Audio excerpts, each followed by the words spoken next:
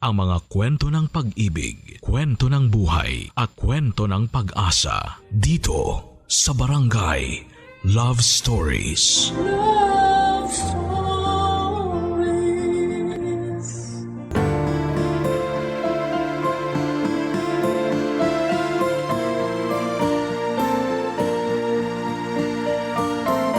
Hindi pwede na bigay todo tayo sa pagmamahal sa ibang tao tapos ay wala nang matitira para sa atin.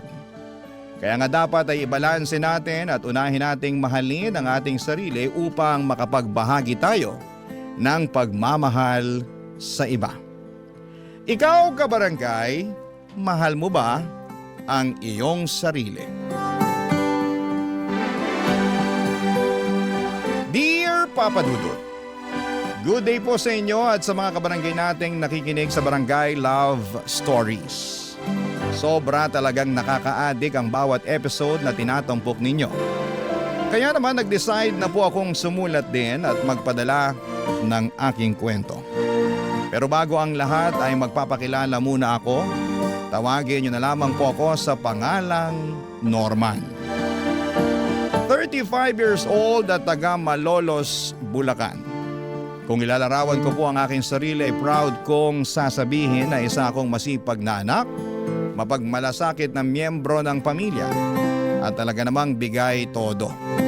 Ang motto ko kasi ay lahat kakayanin para sa mga mahal ko sa buhay. At kung tatanungin ninyo mismo ang nanay Mirna ko, ay papatunayan niyang nagsasabi ako ng katotohanan.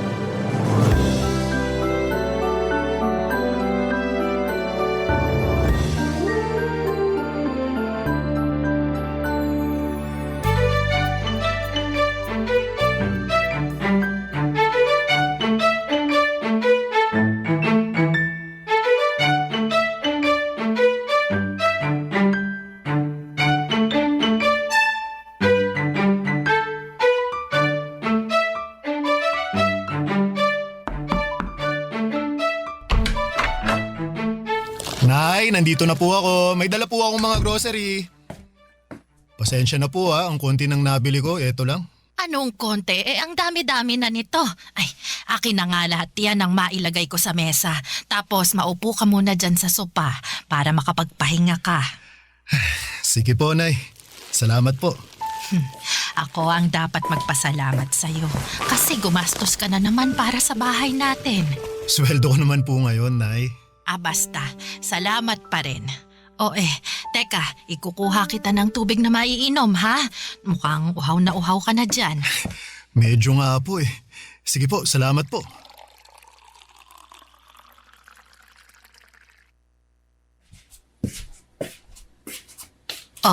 Nak, malamig yan para mapatid uhaw mo. Inumin mo muna. Sige po, salamat, Nay.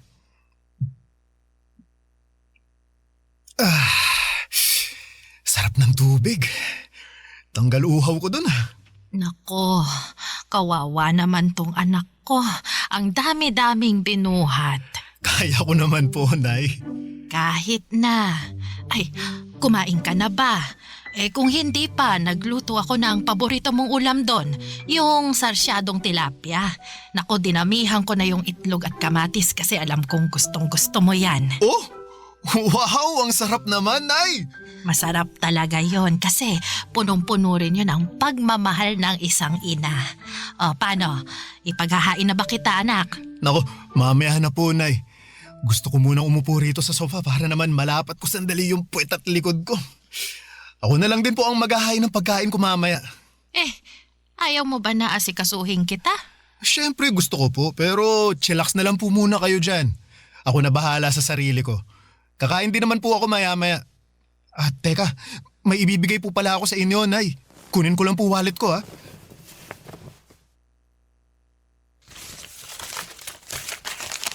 Ano yan? Pera? Opo. Ito po, para po sa inyo. Para sa akin, ano namang gagawin ko dyan? Pambayad po sa tubig at saka sa kuryente. Bakit parang ang dami naman yan? Magkano lang naman yung tubig at kuryente natin rito, anak? Yung sosobra po dyan ma sa inyo na. Baka gusto nyong magpasalon, manicure o pedicure. Ay nako, hindi na.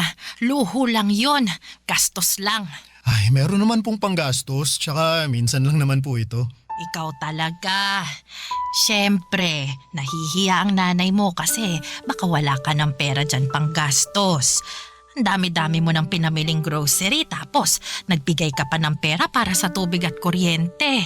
Huwag po kayong mag-alala ma, kasi meron naman po akong panggastos dito.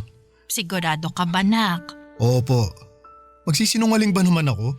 Hindi, pero nag-aalala lang ako eh. Simula nung nagkatrabaho ka parang hindi ka na pumalya sa pagtulong sa pamilya natin. Kahit nga ilang kamag-anak natin, tinutulungan mo pag kaya mo. Ayoko lang na masaid yung ipon mong pera ikaw naman yung mauubusan. Nako ma, hindi po mangyayari yon kasi sinisiguro ko na may natatabi rin ako para sa sarili ko. May kasabihan nga na mahirap tumulong sa iba kung hindi ko muna uunahing tulungan ang sarili ko. Lagi nyo kaya pinapaalala sa akin yun. Aba, oo naman. At saka, tumutulong lang naman ako sa mga kamag-anak natin kung nakaluluwag ako eh. Kung wala, tumatanggi naman po ako. Noon, medyo hirap akong humindi pero ngayon, pinag-aaralan ko na po. Tama rin naman yan. Mahirap na sa'yo lang lagi iaasa ang lahat. Kaya nga po eh. Pero masaya naman ako sa tuwing nakakatulong ako. Lalo na sa inyo at dito sa bahay natin. Alam ko, kapos din iba kong mga kapatid. Ay, kaya nga nagpapasalamat ako sa'yo, nak. Kasi malaki talaga ang naitutulong mo sa mga gastusin natin sa araw-araw. Pero paalala pa rin huwag mong abusuhin ang sarili mo. Magpahinga ka pa rin. Huwag kang magpapakapagod ng husto sa trabaho at maglibang-libang ka rin. Alam mo yon, umalis ka, mamasyal, para hindi puro trabaho at bahay lang ang napupuntahan mo. Pero katulad ng iba nating kabarangay papadudot na lumaki sa hirap, hindi na iba ang kwento ng aming pamilya. Mekaniko sa talyer ang tatay ko samantalang labandera naman si nanay. Tapos 4 kaming magkakapatid at ako ang panganay. Madalas ay kulang talaga ang kita ng mga magulang namin, pangkain at panggastos namin sa araw-araw ay kinakapos. Kaya naman pinangako ko sa aking sarili na magsusumikap ako upang hindi na namin muling maranasan ang magutom. Kaya naman binuhos ko talaga ang panahon ko sa pagtatrabaho. Sa katunayan ay hindi pa ako nakontento sa pag-oopisina. Dahil tuwing day off ko ay rumaraket pa ako sa food business ng kaibigan ko bilang kusinero. Dahil sa pagiging abala ko ay nakalimutan ko na ang aking buhay pag-ibig. Bagay na madalas kumustahin sa akin ng nanay ko.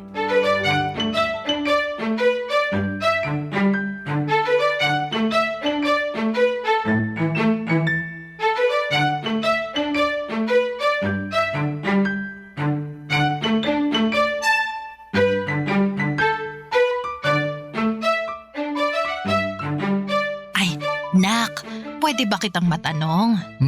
Sige po ma, ano po yun? Ilang taon ka na nga ba ulit? 34 na po ako ngayong taon. Bakit po? Lagpas na pala sa kalendaryo yung edad mo. Pero ni isang babae, wala ka pang nababanggit o pinakikilala sa akin na nililigawan mo. Nak, may bala ka pa bang mag-asawa? Siyempre ma, meron po. Kailan mo naman bala? Kasi nagkakaedad ka na. Nung panahon namin, ganyang edad, may 5 ng anak. Ay, iba naman po yung panahon nyo sa panahon natin ngayon. Saka sa totoo lang, wala po akong oras makipag-date dahil busy ako sa pagtatrabaho. Oo nga Kahit day off mo doon ka naman sa kaibigan mong si Tio pumapasok. Wala ka ng pahipahinga. Masaya naman po ako na marami akong ginagawa Saka nakakapagpahinga naman po ako Pero wag mo pa rin kalimutan mag-love light. Kasi baka magulat ka na lang, tumanda ka ng binata. Naman, wala naman po sigurong problema kung tumanda akong binata, di ba? Wala nga, pero masarap pa rin yung meron kang sariling pamilya at saka mga anak. Oo, mahirap ang buhay pero naniniwala naman ako na gagawin mo ang lahat para itaguyod yung pamilyang bubuuin mo eh.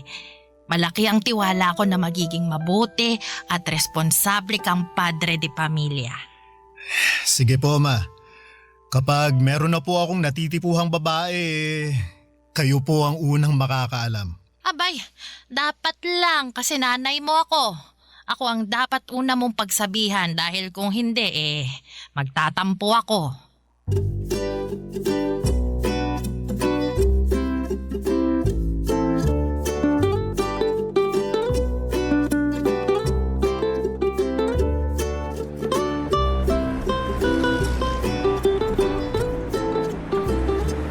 Thank you talaga sa tulong mo sa business ko, tol ah. Laking luwag lalo kapag may tauhan ako na hindi pumapasok eh. Kung pwede lang talaga na dito ka na lang sa akin magtrabaho kaso hindi ko kayang pantayan ang daily rate mo eh. Oo, kasi kapag dito na ako papasok, malulugi ka sa akin. Ewan ko sa'yo. May iba tayo. Wala ka pa rin bang nililigawan, bebot? Nako, tol. Nagugustuhan nga, wala eh. Liligawan pa kaya? Baka sakali lang naman ako na meron na. Nako, nagbabaka sakali o nakikichismis? Ganun na rin yun. Siyempre, sa ating anim na magtotropa ikaw na lang yung wala pang bebe. Ayaw naman namin tumanda kang binata kaya dapat kumilos ka na para di mangyari yun. Alam mo, tol, para kang nanay ko. Nung nakaraan lang, kinumusta niya buhay pag-ibig ko. Wala naman daw kaso maging matandang binata pero mas masarap pa rin ang may asawa at mga anak. Totoo yan. Tingnan mo ko ha.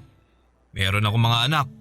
Wala nga lang asawa kasi hindi naging okay pagsasama namin. Pero ayos lang dahil nasa akin naman yung mga bata eh. Ayun, magulo na masaya. Iba pa rin kapag may kasama kang bata. Kahit nakakapagod silang alagaan pero nakakatuwa pa rin. Sino ba kasing may sabi sa'yo na gusto kong tumandang binata? Siyempre naman, gusto ko pa rin magkaroon ng pamilya. Kaya lang, ang problema ko wala na akong panahon na kumilala ng babae. Masyado ka kasing busy sa trabaho. Kulang na lang, pakasalan mo mga trabaho mo eh. Huwag ganun. Sobra ka naman, tol. Joke lang. Alam ko naman na masipag ka at responsableng anak. Bigay todo kung tumulong. Pero sabi nga ng nanay mo, pumag-ibig ka rin. Yan din naman gusto namin para sa'yo ng mga tropa natin eh.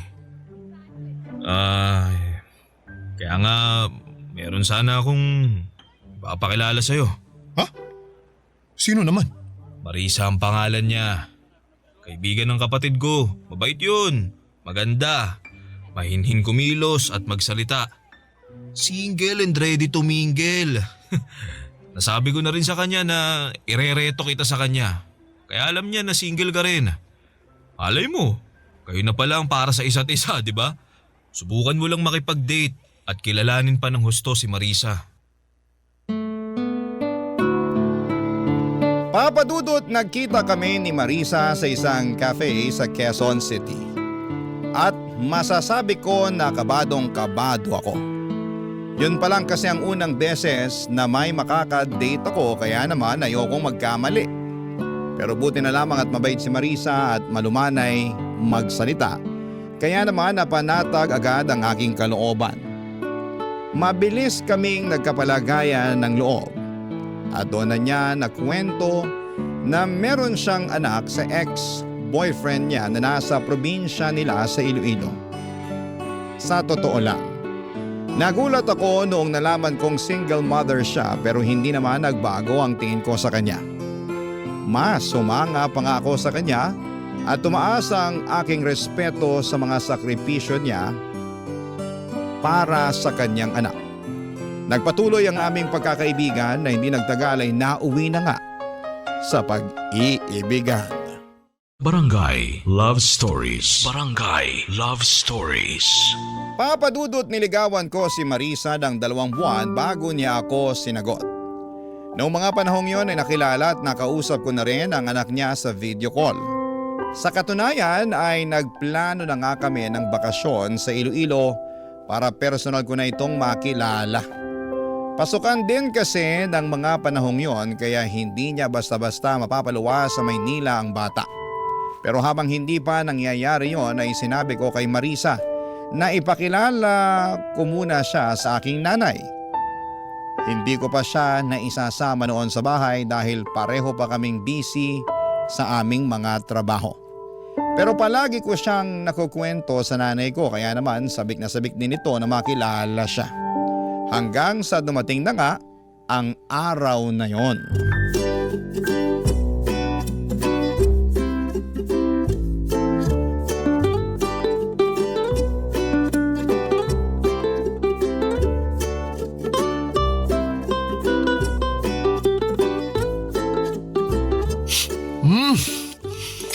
Ang sarap po talaga nitong niluto niyong kare-kare, Nay.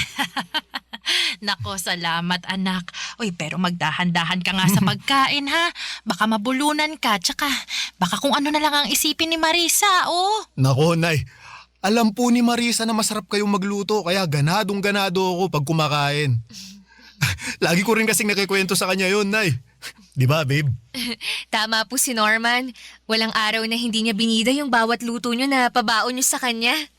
Nako, ganun ba? Salamat naman. Pero bakit parang hindi ka halos kumukuha ng ulam? Ayaw mo ba ng kare-kare? Yung totoo, allergic po kasi ako sa mani eh. Aha? Ganun ba? Nako, paano yan? May nakain ka na? Hindi naman po malala yung allergy ko, tsaka kaunti lang naman yung nakain ko, kaya ayos lang po ko. Marisa, nako, sorry ha, hindi ko alam na may allergy ka sa mani. Specialty kasi ni Nana yung kare-kare kaya yan yung nirequest ko na lutuin niya. Special din kasi yung okasyon dahil nga ipapakilala kita sa kanya. Ayos nga lang ako. Kaunti lang nakain ko, di ba? Tsaka saka kung wala akong allergy siguradong hindi ko pa rin kakainin yung luto ng nanay mo. Kasi hindi naman masarap. Paano niya naging specialty yan? Ang tabang naman. At ang lansa ng karning ginamit. Makunat din. Pati yung gulay mapait. Nakakadiri. Ha? Anong sinabi mo? Narinig mo yung sinabi ko, Norman? Kailangan ko pa bang ulit-ulitin? Pasensya ka na ha kung hindi ka nasarapan sa luto ko. Wala na po ba kayong ibang niluto? Ha? Kasi hindi ko makakain yung kare-kare na yan. Baka hindi lang malalang allergy abutin ko dyan eh. Baka sumakit din tiyan ko. Sige. Teka, ipagluluto kita ng ibang ulam. Nay, Nakita ko sa ref natin. Nay, wag na, Nay. Order na lang tayo. Wag ka nang umorder. Gastos lang yan. Tsaka meron pa naman tayong mga sangkap dyan sa ref. Ako nang bahala, ha? Kumain na lang kayo dyan, ha? Sandali lang, magluluto lang ako. Nay! Marisa, mag-usap nga tayo dun sa labas. Bakit sa labas pa? Pwede naman dito na lang sa mesa. Mamaya malamok pa dun kagatin pa ako. Please, Marisa, kahit sandali lang. Ay, nako! Kakainis ka talaga.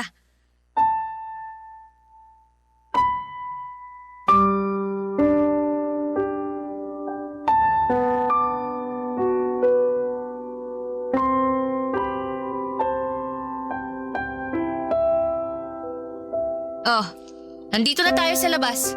Ano bang pag-uusapan natin, ha? Dalian mo ha, kasi ayokong papakin ng lamok dito. Hindi naman malamok, masyado ka lang maarte. Anong sabi mo? Tama ba yung narinig ko? Tinawag mo akong maarte?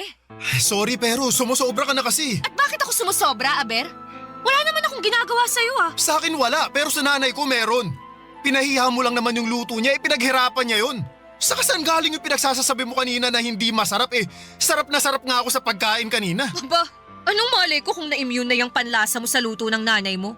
Lagi mong kinakain Malamang nasanay na yung dila mo. Pambihira ka, ano ba kasi problema mo? Wala akong problema.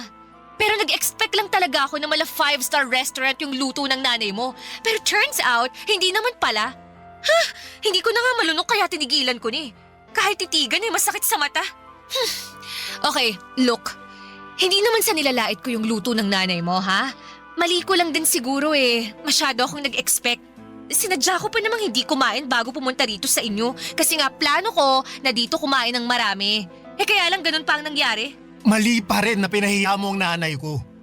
Sana sinarili mo na lang yung opinion mo. Wow! Kasalanan na palang pagiging prangka, ha? Kung hindi ko sasabihin ng totoo ako naman ang kawawa, di ba? Gusto mo, magsinungaling ako sa'yo? Sabihin kong nasasarapan ako sa luto ng nanay mo kahit hindi? Hirap sa'yo, masyado kang balat sibuyas eh.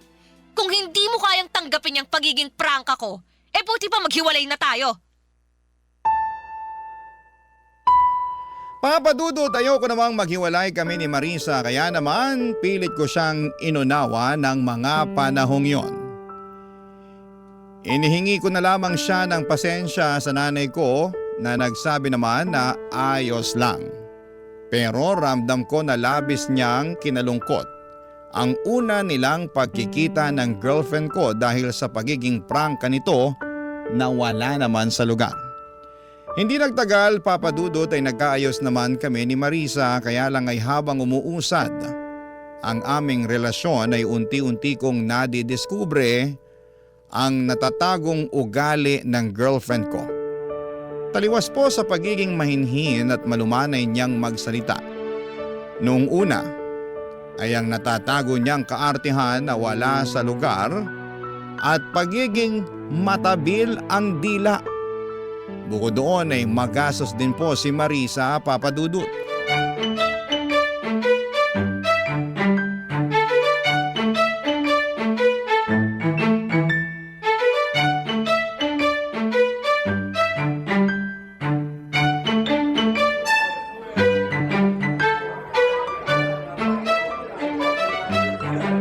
Alam mo, gustong-gusto ko talaga sa cafe na to.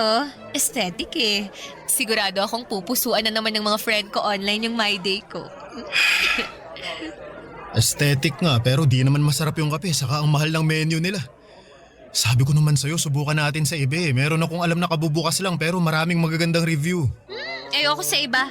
Gusto ko rito. Hindi bagay yung beauty ko sa mga pipitsuging kainan, no?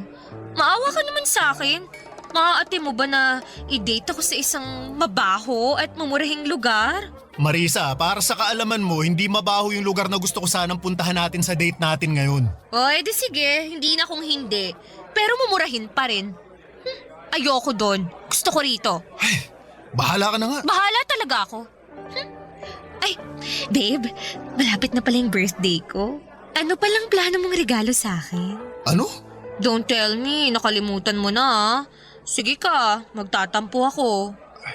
Hindi ko nakalimutan pero sikreto muna kung anong ireregalo ko sa'yo.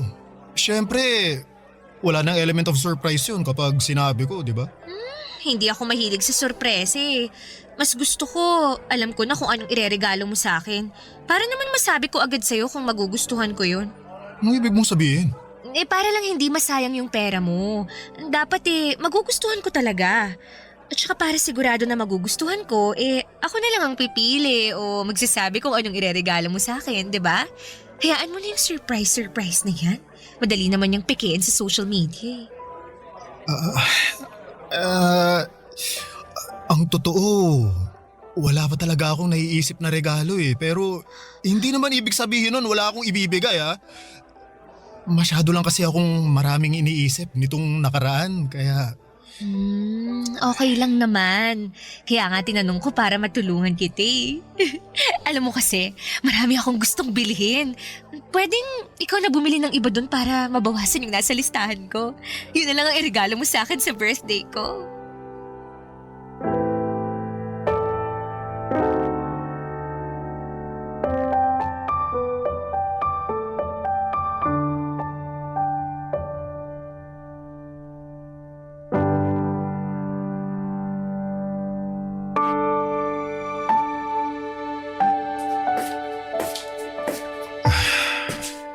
Nandito na po ako, Ma. Oh, ano nangyari sa'yo? Bakit malungkot ka, anak? Wala po ito. Pagod lang po ako sa trabaho. Gusto mo ba ng tubig? Huwag na po, Ma. Hindi naman po ako nauuhaw. Upo na lang po muna ako kasi kanina pa nangangalay itong balakang ko eh. Nakasabit kasi ako sa jeep pauwi para lang makauwi rito. Grabe, wala ako halos masakyan tapos ang lakas pa ng ulan. Ay nako, bakit hindi ka na lang nag-taxi o di kaya nagrenta ng kotse para makauwi rito? Wala na po kasi akong cash tapos hindi ko naman magamit yung card ko dahil nasagad ko na. Wala pa akong pambayad kasi sa susunod na linggo pa yung sweldo namin. Oo nga pala, Ama. Pasensya na po pala kasi baka hindi ako makapagbigay para sa grocery natin sa sahod ko eh. Unahin ko lang pong bayaran yung credit card ko kasi baka magka-penalty po ako. Mahirap na. Ay, wala namang kaso yon kasi nandyan pa naman yung mga pinamili mo. Pero matanong ko lang ha, hindi naman sa nangingialam ako pero ngayon ko lang yata narinig na nasagad mong paggamit ng credit card mo. Tapos naubusan ka pa ng cash eh. Hindi ka naman ganyan, nak. May binili ka ba o nanakawan ka? Hindi po ako nanakawan, Ma, pero tama po kayo na may binili ako. Binilahan ko po ng bagong cellphone si Marisa kasi birthday niya po ngayon. Yun po kasi ang request niya eh. Tapos kumain kami sa labas kaya ayun. Naubos naman yung cash na dala ko. Barya na lang ang natira kaya hindi na nga ako nakapag-taxi pa uwi. Ganun ba? Ay, buti na lang ligtas ka pa rin na nakarating dito sa atin, nak. Di bale, sa susunod, siguraduhin mo na lang na may ititira ka pang pamasahe. O di kaya, kapag wala ka na talagang pera dyan, edi tawagan mo ko. Sasabihan ko yung mga kapatid mo na pahiramin ka ng pera. Yung isesend nila gamit yung e-wallet para meron kang magamit. Opo, Ma. Salamat po ha. Wala yun, anak. Oh, sige na. Kumain ka na doon para naman makapagpahinga ka na pagkatapos.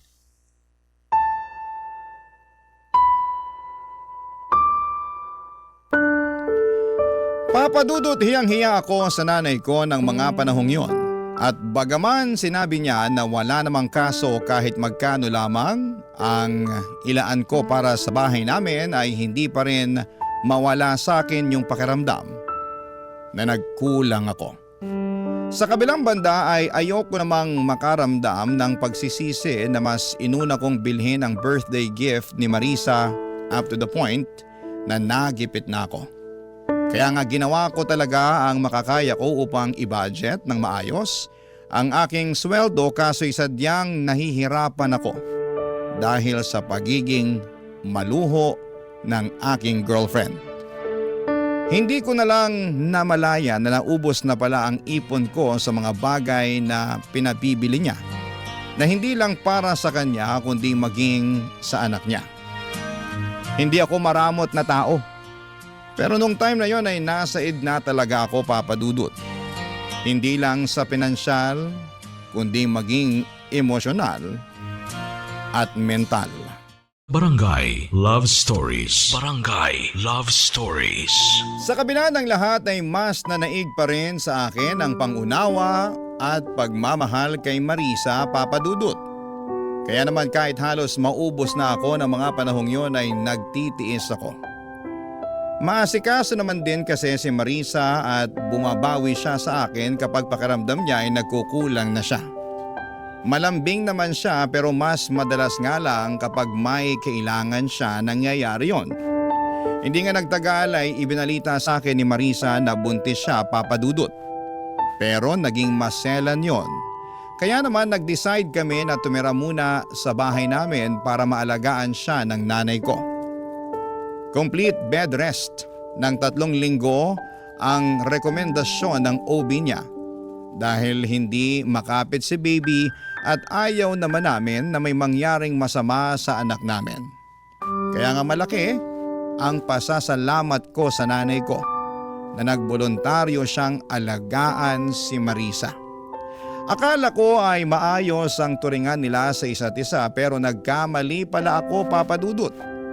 Isang beses ay narinig ko sila na nagtatalo sakto galing akong banyo dahil katatapos ko lamang maligo.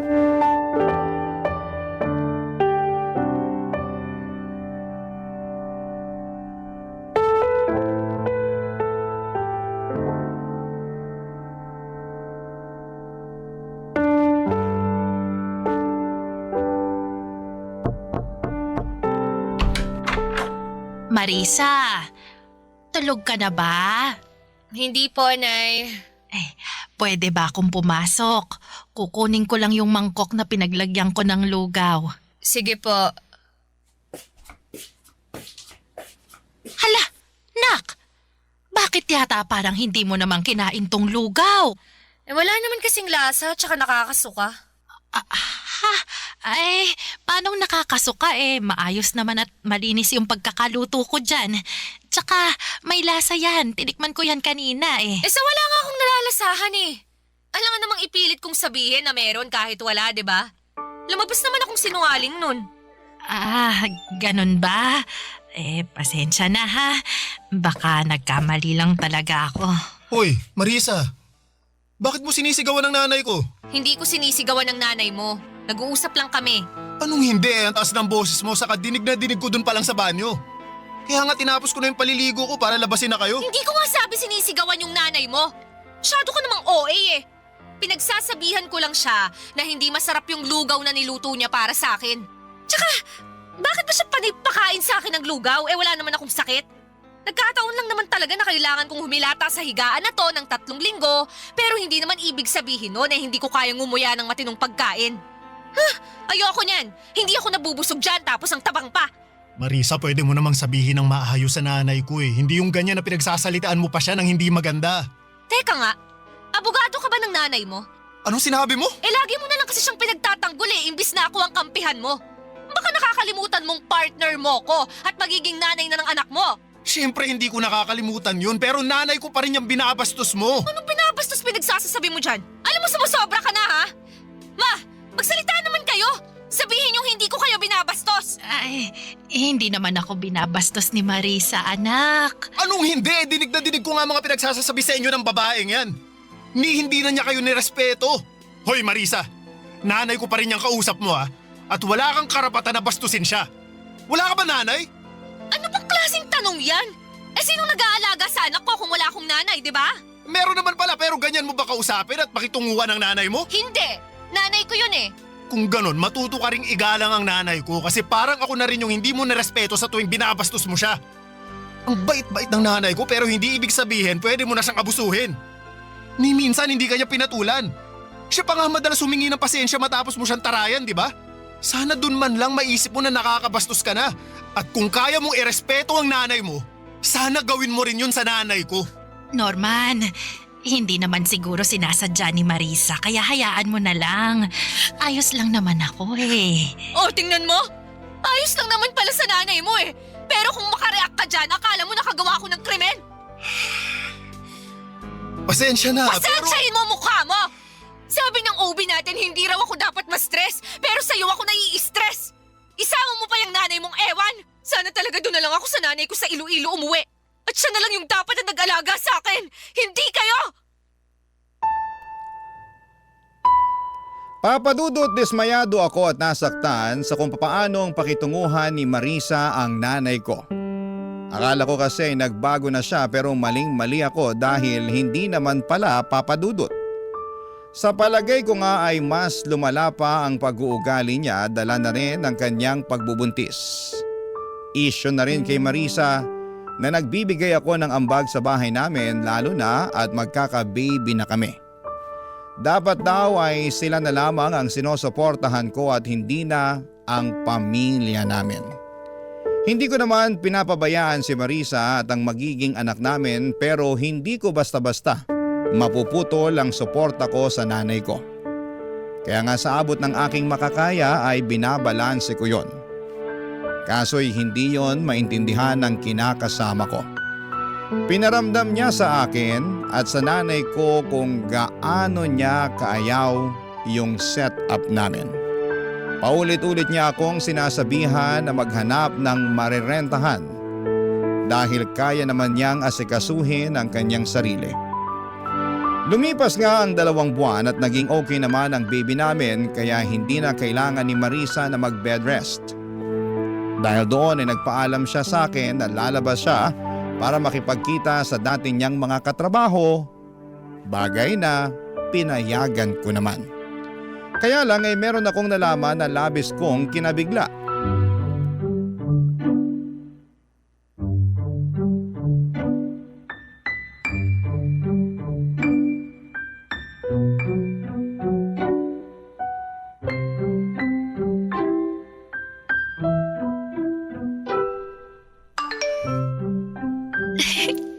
Ano ba naman tong lalaking to? Nasend pa talaga ng picture niya na naka-topless. Oh, kita ko tuloy yung kanyang mga pandesal. Ha, Marisa? Anong sabi mo? Ano ka ng kalabaw? Hindi ako anak ng kalabaw, anak ako ng nanay ko. Nagulat ako kaya nasabi ko yun. Pero ewan ko sa'yo, sineryoso mo naman. Paano hindi ko seseryosohin kung ano-anong naririnig ko sa'yo? Ano bang narinig mo? Nasabi mo may nag-send sa'yo ng picture na nakatopless. Sino ba yan, ha? Saka bakit mo biglang tinatago yung cellphone mo, ha? Wala. Wala ka na doon. Anong wala ako doon? May tinatago ka, no? Tangero ka Wala akong tinatago sa'yo. Kung wala, edi patingin ako ng cellphone mo. Akin na. Akala mo hindi ko napapansinan nitong mga nakaraang araw palagi kang nakatutok dyan sa cellphone mo, ha? Narinig pa kita na may kausap ka nung isang gabi. Kaya akin na, patingin ako niyan. Gusto kong malaman kung sino ba yung kausap mo niyan. Ayoko nga. Ganon. Pues aagawin ko na lang sa'yo kung ayaw mong ibigay. O ano? Kahit ayaw mo nakuha ko naman na. Norman, please sa akin yung cellphone ko. Parang awa mo na, ibigay mo na sa akin yan. Ha? Ba't mo gagawin yun? Kasi may tinatago ka na ayaw mong malaman ko? Hindi. O ayan o. Sakto, ang daming mensahe ng kausap mo. Tingnan ko nga kung sino tong hayop na to. Norman, wag! Ano to? Bakit kayo magkausap ni Theo, ha? At bakit siya nagpapadala ng mga hubad na litrato sa'yo?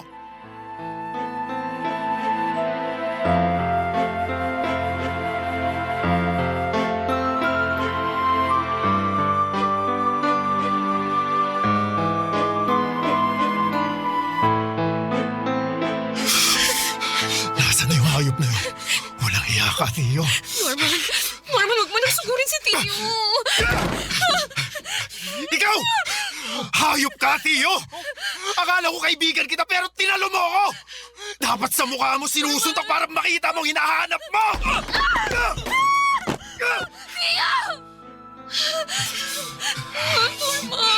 Norman, bakit mo ako sinuntok? Nagtanong ka pa talagang ahas kaya kulang pa nga yan dahil sa ginawa niyong panloloko sa akin! Sira ulo ka, Norman! Kala mo siguro hindi masakit yung ginawa mo, no? Halika! Dadagdagan ko pa para lalo ka Sige, masasaktan! tara! Magsuntukan tayo! Kala mo yata, tagasang kita eh! Tama na! Tumigil na kayo! Ikaw babae ko, huwag mo akong awatin! Tuturuan ko pa ng leksyon yung lalaki yan! Ano bang ginawa ko sa'yo, ha? Sige nga! Nagtatanong ka pa rin! Eh bakit sa akin ka lang nagagalit? Eh si Marisa naman ang unang lumapit sa akin, ah! Paano hindi ako magagalit? Nakita ko yung mga hubad na litratong sinend mo sa girlfriend ko! Baka nakakalimutan mo! May kinakasama na si Marisa at ako yun! Hindi ko naman nakalimutan yon. Pero yung kinakasama mo, ang humingi ng mga picture ko na yon. Ano? Hindi totoo yan! Anong hindi totoo? Sabi mo gusto mong makita ang katawan ko kaya nag-send ako ng picture. Kaya lang nagpahuli ka naman kay Norman kaya yari tuloy tayong dalawa. Tio! Sumusobra ka na, Norman. Akala mo hindi kita papatulan, ha? Sige! Magsuntukan tayo! Para lalo kong mapadugo yung bastos mo ka! Ano ba kayo? Sinabing tama na eh! Makinig naman kayo sa akin! Huwag akong magsabihan at awatin mo kundi ang Norman na yan. Siya naman na noon ang nanunto ka at pag-amok dito sa pamamahay ko. Meron akong dahilan kung bakit ko ginawa yon! Tinalo mo ako, tol! Akala ko pa naman magkaibigan tayo! Tigil na kayo sa amin! Ang sakit! Marisa! Marisa! Marisa, nagdudugo ka! Ang baby ko! Ang baby ko! Tulungan niyo ako! Ang baby ko! Dalhin niyo ako sa ospital!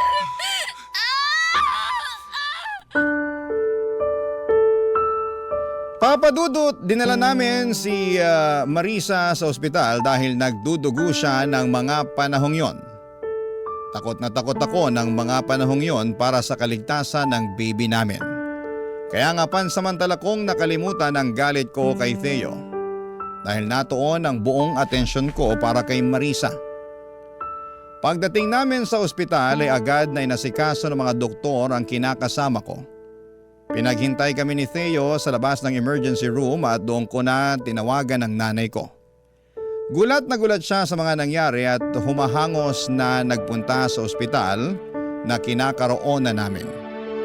Pero huli na ang lahat dahil binalita sa amin ng doktor na nakunan si Marisa.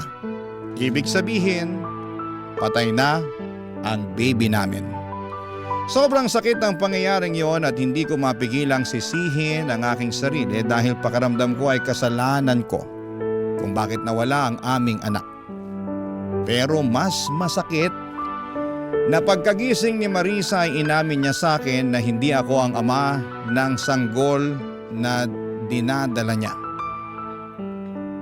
Matagal na pala silang may relasyon ni Theo at may ginagawang milagro habang nakatalikod ako at hindi pa sila nakontento dahil pinaako pa nila sa akin ang bata na hindi naman nanggaling sa akin. Kaya nga noong araw ding yon ay nakipaghiwalay na ako kay Marisa at tinapos ko na ng tuluyan ng pagkakaibigan namin ni Theo. Sa kasalukuyan ay nagmo-move on ako, Papa Dudut. Tinuring ko na lamang na blessing in disguise ang redirection na nangyari at mas nag-focus na lamang ako sa aking pamilya na siyang tunay na nagmamahal sa akin. Hanggang dito na lamang po ang sulat ko. Maraming salamat. Sakaling mapili po ninyong i-ere sa Barangay Love Stories. Ang inyong kapuso at kabarangay forever, Norman. Ako? Gigil na gigil talaga ako sa nangyayari sa kwento natin. O ikaw, kabarangay, kumukulo rin ba dugo mo? Pwede kang mag-iwan ng comment sa ating comment section.